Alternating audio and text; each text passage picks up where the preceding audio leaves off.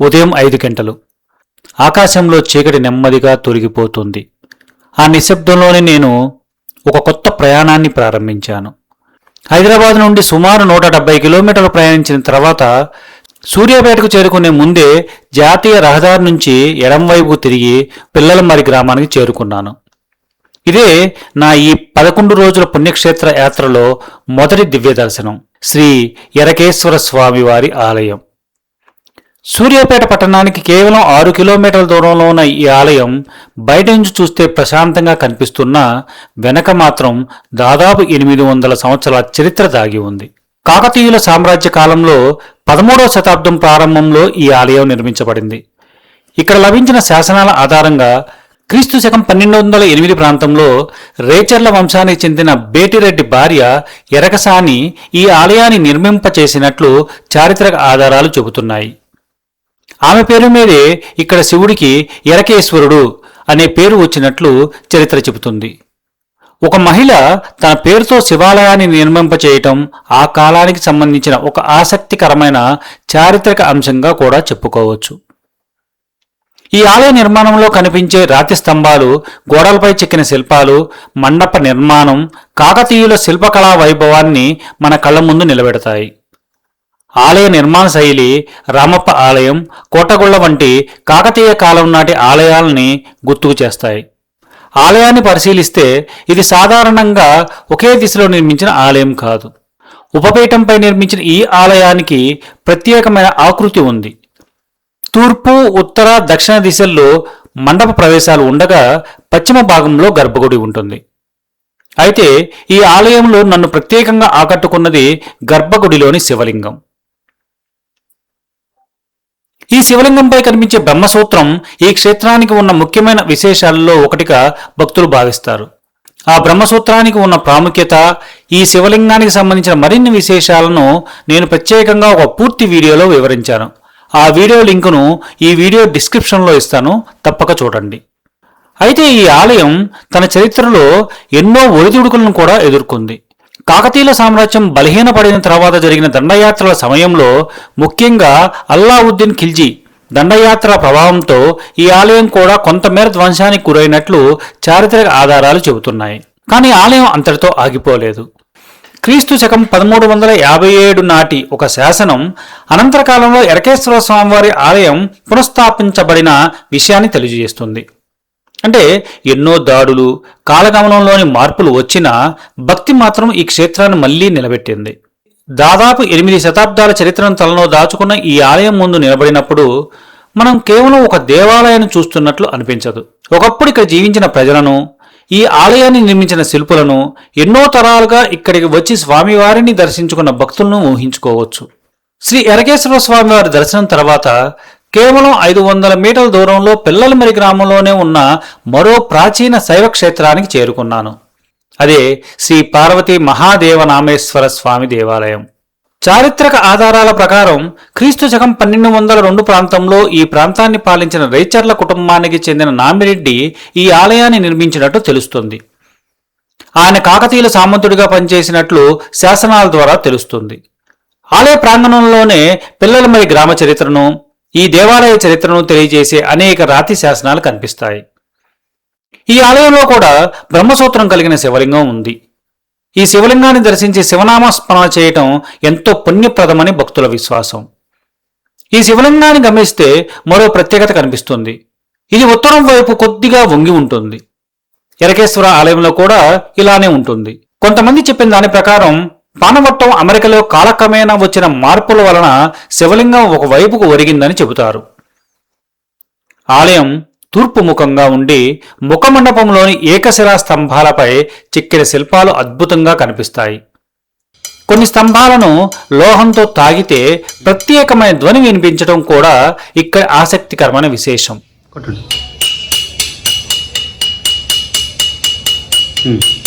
ముఖమండపం నుంచి గర్భగుడి వైపు వెళితే 100 సంవత్సరాల క్రితం వేసిన ఫ్రెస్కో చిత్రాలు కనిపిస్తాయి. ఒకవైపు దేవతలు, అసురులు కలిసి వాసుకి సర్పంతో మందర పర్వతాన్ని ఉపయోగించి సముద్ర మదనం చేస్తున్న దృశ్యం, మరోవైపు కురుక్షేత్ర యుద్ధ దృశ్యాలు కనిపిస్తాయి. గర్భాలయ ద్వారం పైన నాట్యమాడుతున్న నటరాజస్వామి, మృదంగాలు వాయిస్తున్న కళాకారులు, వింధ్యామరలు వీస్తున్న పరిచారికలు, నందీశ్వరుడు, బ్రహ్మ, గణపతి వంటి అద్భుతమైన శిల్పాలు మనల్ని ఆ కాలంలోకి తీసుకువెళతాయి.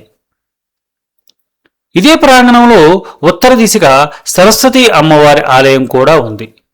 పాలరాతితో మలచిన అమ్మవారి విగ్రహం ఎంతో అందంగా ఉంటుంది. అయితే ఈ ప్రాంగణంలోని మరో అద్భుతం త్రికూటేశ్వర స్వామి ఆలయం. 3 గర్భగుడుల్లో 3 శివలింగాలు ఉండగా ఈ 3 లింగాలకు ఒకే నంది ఉండటం విశేషం. నందీశ్వరుడు తన తలను కొద్దిగా తిప్పి 3 శివలింగాలను చూస్తున్నట్లుగా కనిపించటం ఇక్కడి ప్రత్యేకత. ఇక ఈ ఆలయం కూడా చరిత్రలో ఎన్నో ఒడిదుడుకులను చూసింది. అల్లావుద్దీన్ ఖిల్జీ దక్కన దండయాత్రల సమయంలో ఆలయానికి కొంత నష్టం జరిగినట్లు చారిత్రక కథనాలు చెబుతున్నాయి.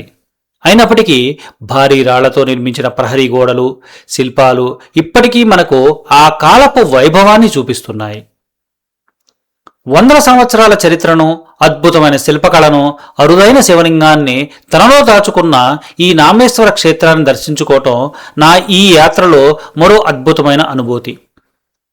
ఈ ఆలయానికి సంబంధించిన పూర్తి వీడియో లింక్ డిస్క్రిప్షన్లో ఇస్తాను.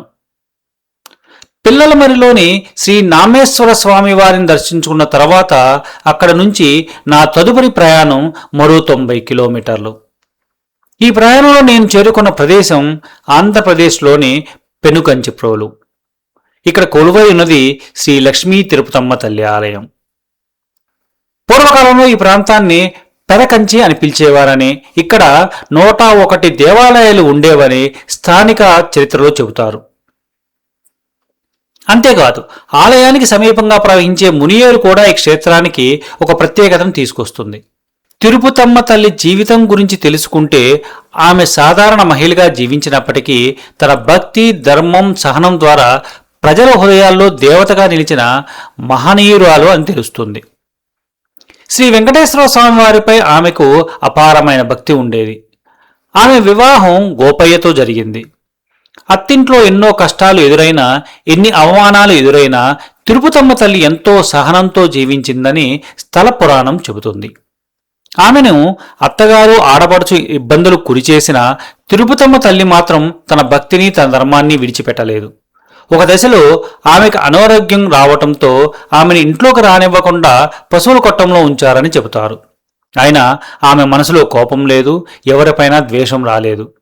తన భర్త కోపయ్యపైన, శ్రీ వెంకటేశ్వర స్వామి వారిపైన ఉన్న నమ్మకమే ఆమెకు బలం. ఆ సమయంలో ఆ ప్రాంతంలో కరువు రావడంతో గోపయ్య తన పశువులను కాపాడేందుకు అడవుల వైపు వెళ్ళాడు. అక్కడ జరిగిన విషాద ఘటనలో గోపయ్య ప్రాణాలు కోల్పోయాడని, ఈ విషయం తెలుసుకున్న తిరుపతమ్మ తల్లి యాగాగ్నిలోకి ప్రవేశించి తన జీవితాన్ని ఒక మహత్తరమైన త్యాగంగా మార్చుకుంది అని స్థానికులు చెబుతారు. ఆమె భక్తి త్యాగానికి గుర్తుగా పెనగంచిప్రోలు క్రమంగా ఒక మహాపుణ్యక్షేత్రంగా మారింది. ఇక్కడ దేవాలయంలో తిరుపతమ్మ తల్లితో పాటు గోపయ్య స్వామి, మల్లయ్య స్వామి సమేత చంద్రమ్మ తల్లి, పెద్దమ్మ తల్లి, మద్దిరావమ్మ తల్లి, అంకమ్మ తల్లి వంటి దేవతా స్వరూపాలను కూడా దర్శించుకోవచ్చు. ఈ క్షేత్రంలో తిరుపతమ్మ తల్లిని శక్తి స్వరూపిణిగా భక్తులు కొలుస్తారు. ఇక్కడ అమ్మవారి దర్శనం తర్వాత 40 కిలోమీటర్లు ప్రయాణించి వేదాద్రి చేరుకున్నాను.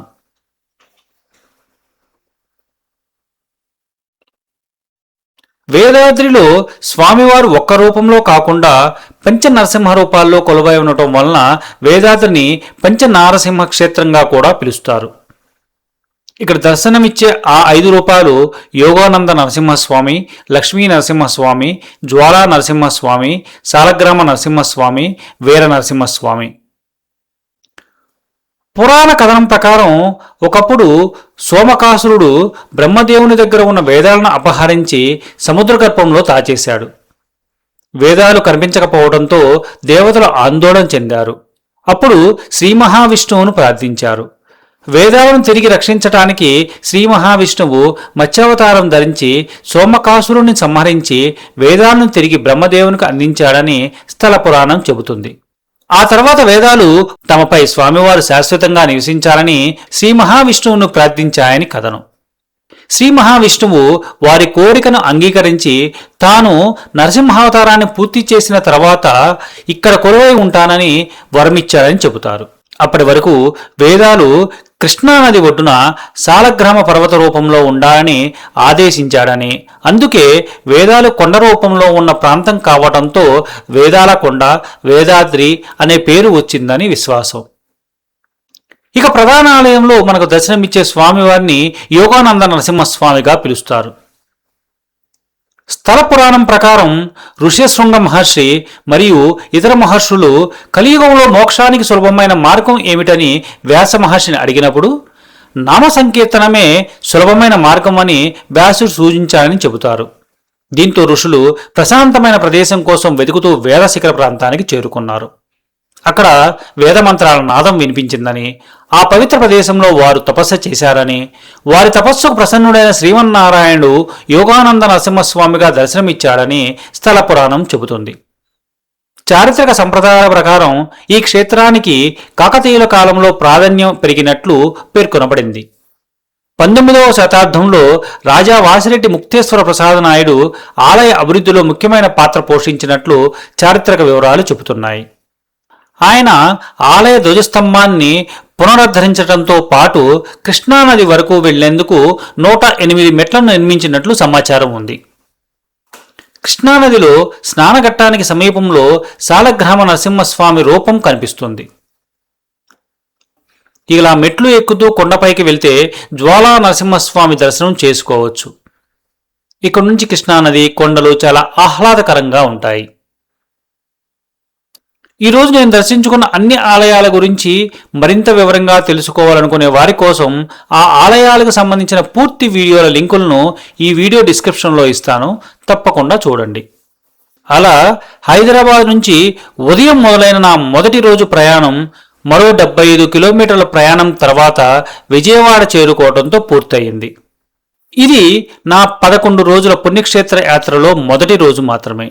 మరి ఆ తర్వాత నా ప్రయాణం ఎక్కడికి సాగింది, ఏ ఆలయాలను దర్శించుకున్నాను, ఆ క్షేత్రాల వెనక ఉన్న కథలు ఏమిటి, అవన్నీ తెలుసుకోవాలంటే తదుపరి ఎపిసోడ్లో మళ్ళీ కలుద్దాం. ఈ ఎపిసోడ్ మీకు నచ్చితే లైక్ చేయండి, మీ కుటుంబ సభ్యులు, స్నేహితులతో షేర్ చేయండి.